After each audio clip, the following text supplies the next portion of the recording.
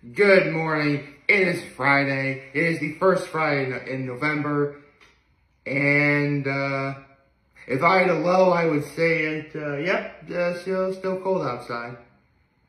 In fact, that reminds me of, actually, guys. Okay, actually, there's something I'm going to bring up, but I'll do that after talking about the Hot Ones episode, which was part of my high yesterday. There was a new episode of Hot Ones yesterday, which might just be the most fascinating Hot Ones episode I've seen in quite some time.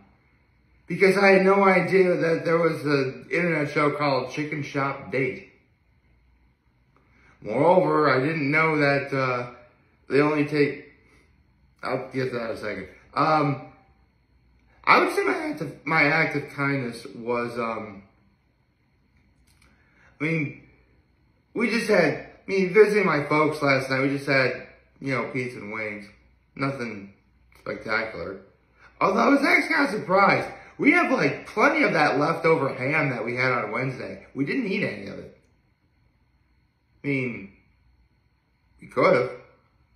I don't know. My mom told me that she was going to save it for the weekend. Well, don't know what she's going to do with it. She works today. Sunday, we're going to be having a birthday party for my nephews. And Saturday, there's going to be another party for my nephews at the Arnott Mall. So, when are you going to find time to cook the rest of that ham? Sorry, ham is actually probably a weakness of mine. I really like ham that's off the bone, they get from the store, they cook for several hours at 15 minutes per pound. Oh, I love ham, dude. Ham is one of the reasons why, actually, I could get into a certain reason I was about to say, but I think that would get me canceled. Let's just say, it would involve, marriage. I'll say that much. Anyway, with that said, there was a new episode of Hot Ones. Actually, I was right about my NFL pick this week. I was right about the Steelers winning. So, I'm 1-0 for the week. Yes. Okay, so, now I have a new, Hot Ones episode to discuss. Let's do that, shall we? Hold on, let me take care of one thing first. Hold on. Save as.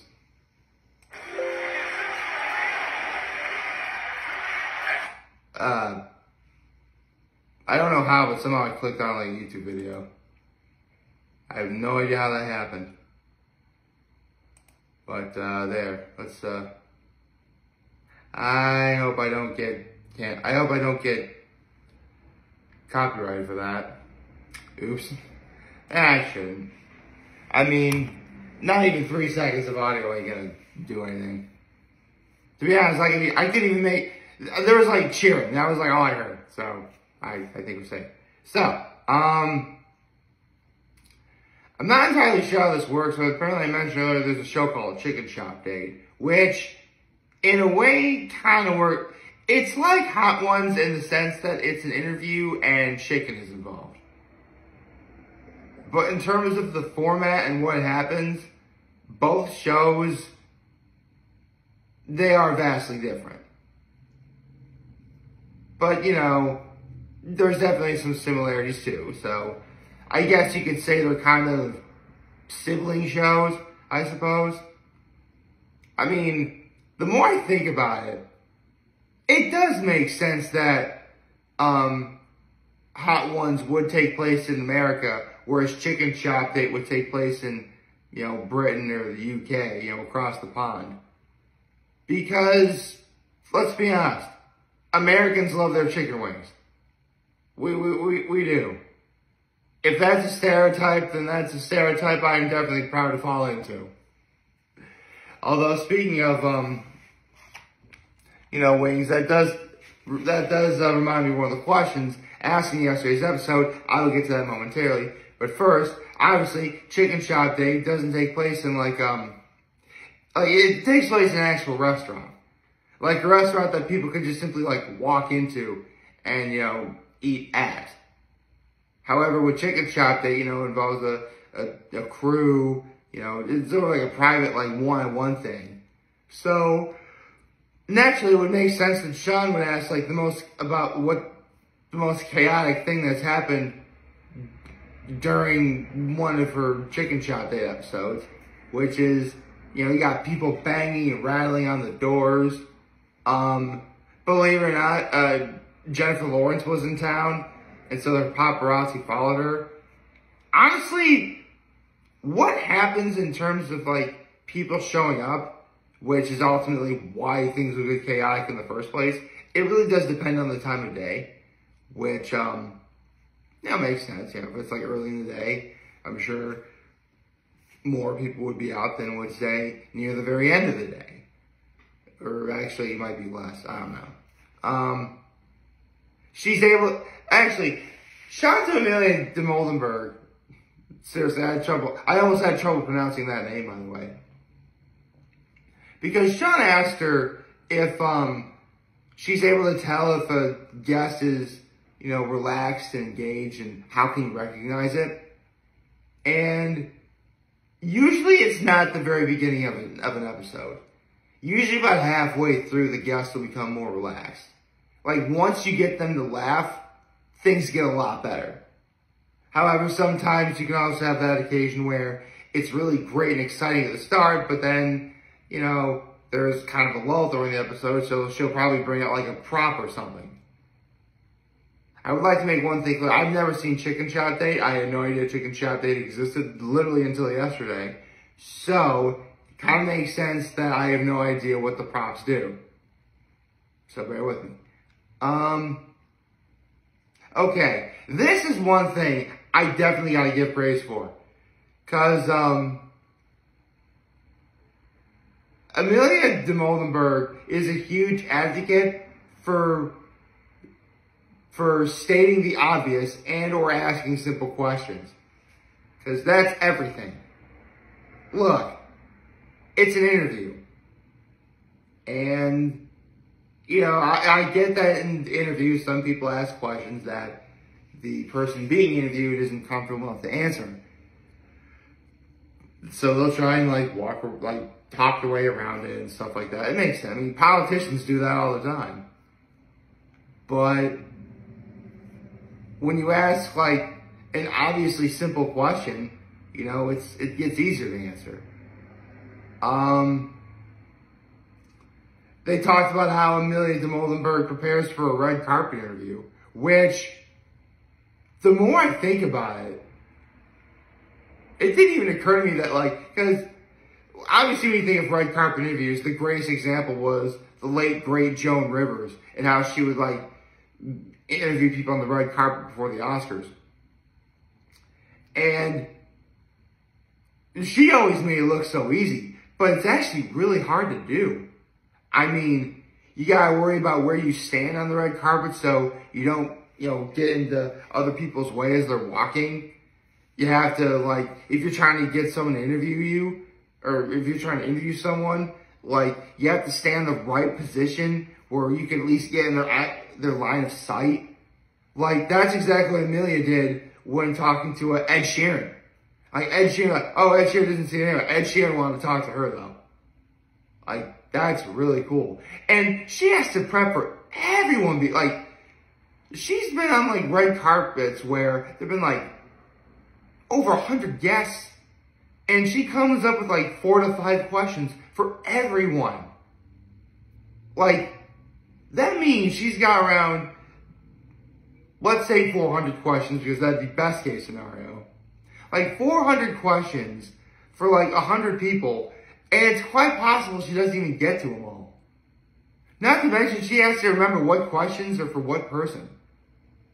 That's really hard to do. Listen, I'm not pretty enough to do any red carpet interviews. For that matter, I'm not even pretty enough to be anywhere near a red carpet.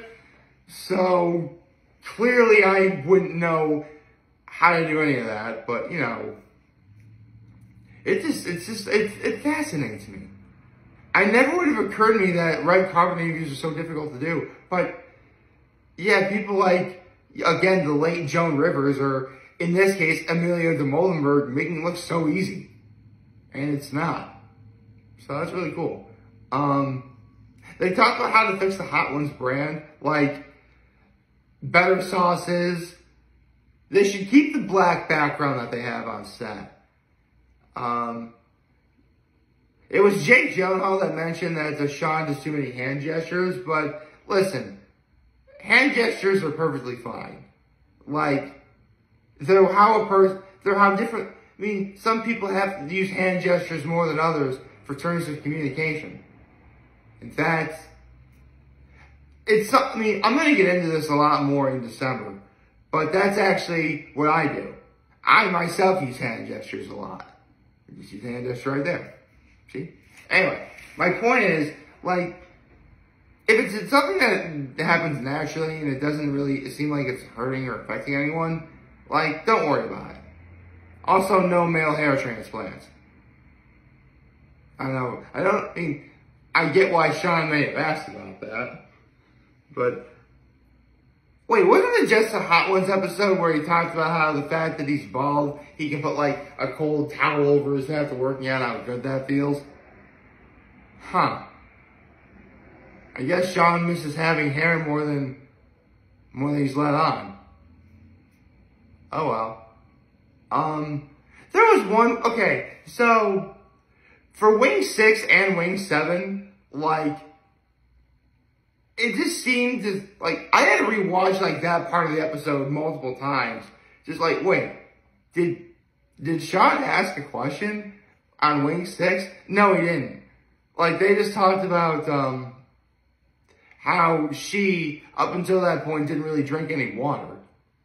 Which, okay, good for her. But Wing 7, though, that's when things got interesting. Because, obviously, for Amelia de Molenberg, going on a date, fashion is everything. And so, what film best satirizes the world of fashion? Actually, let me scroll down my notes a little bit. And the Devil Wears Prada. I haven't seen The Devil Wears Prada in years. I mean, I know what it's about. You know, Anne Hathaway is like an intern at like this really prestigious, you know, fashion company run by Meryl Streep's character, who is an absolute emotionalist machine of a tyrant. And Emily Blunt is like her like number one at the time, and she's like a total stuck up, you know, not nice person. And then Anne Hathaway like works her way up, and it's a good movie. I mean, if you're into fashion, definitely check that movie out. It should be movie. I should do a movies on that at some point. I should. Maybe at some point. Maybe in the future I will. They also talked about in the Wing 7, like pound for pound, the best outfit a guest has had on a chicken shop date. And Koji Radical had the best outfit. Okay. Okay. They get to the bomb, and obviously, as an ode to Chicken Shop Date, the bomb was covered in was put on a nugget. Like a chicken nugget. Which got into the question, what a chicken shop order says about a person. Like, nuggets and chips, remember it's in the UK, so they call French fries chips.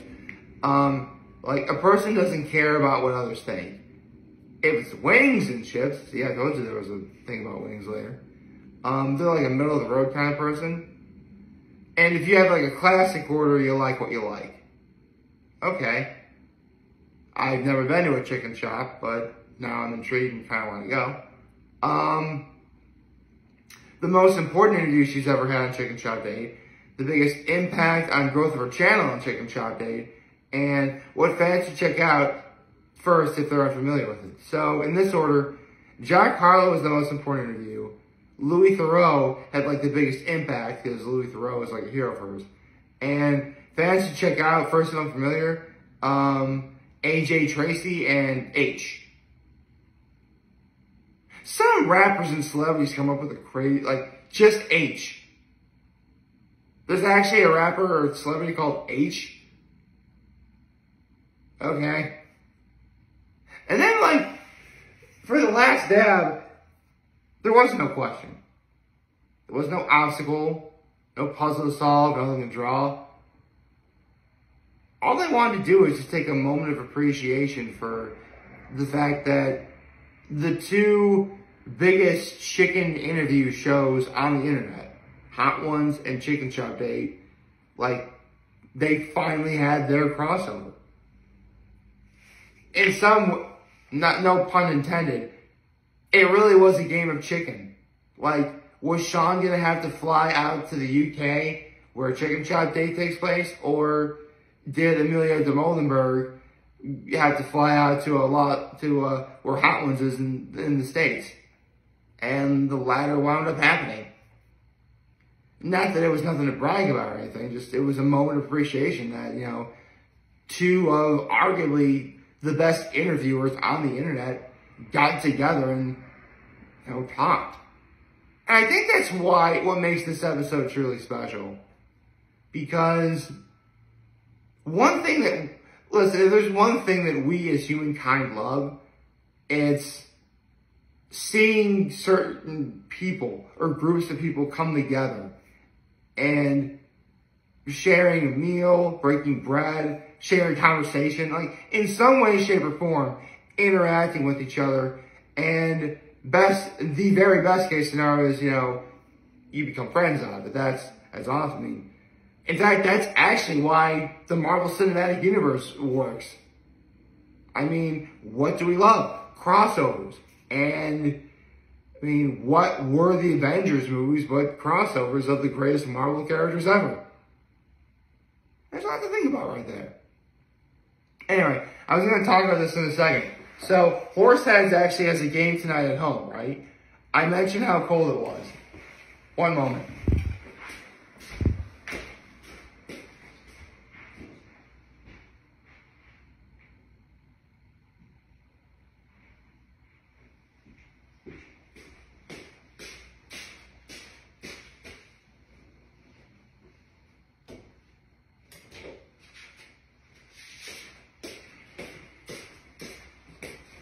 I have 1 layer, 2 layer, 3 layers of clothing ready for this evening. And I'm still going to be cold.